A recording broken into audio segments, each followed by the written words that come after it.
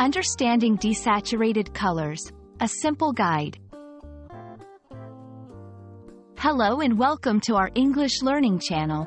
Today, we're diving into the world of colors, specifically desaturated colors.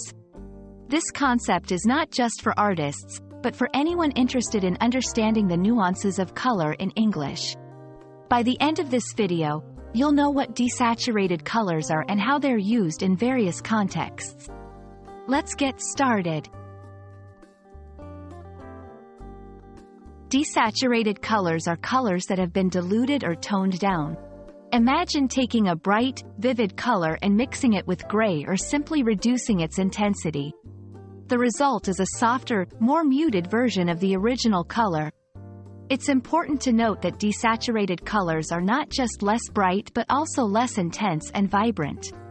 They can range from slightly to fully desaturated, which would be a shade of gray. In color theory, desaturation plays a critical role in creating balance and harmony in visual compositions.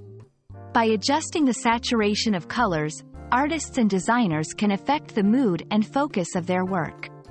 Desaturated colors often evoke feelings of nostalgia, sophistication, and calmness, making them popular choices in certain styles of photography, film, and design. You encounter desaturated colors more often than you might think. From the subtle hues of vintage clothing and rustic home decor to the muted tones found in nature during autumn, desaturated colors add depth and complexity to our visual experiences. Understanding these colors can enhance your appreciation of art, design, and even the natural world.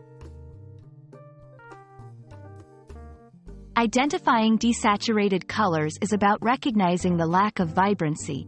Compare a bright red to a brick red.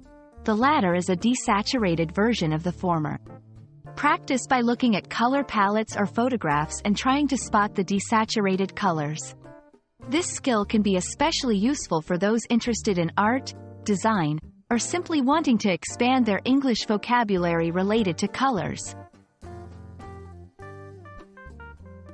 We hope this video has illuminated the concept of desaturated colors for you. Whether you're discussing art, fashion, or design, understanding and being able to describe these colors in English can add richness to your conversations and insights. Thank you for watching, and we look forward to exploring more fascinating topics with you. Happy learning!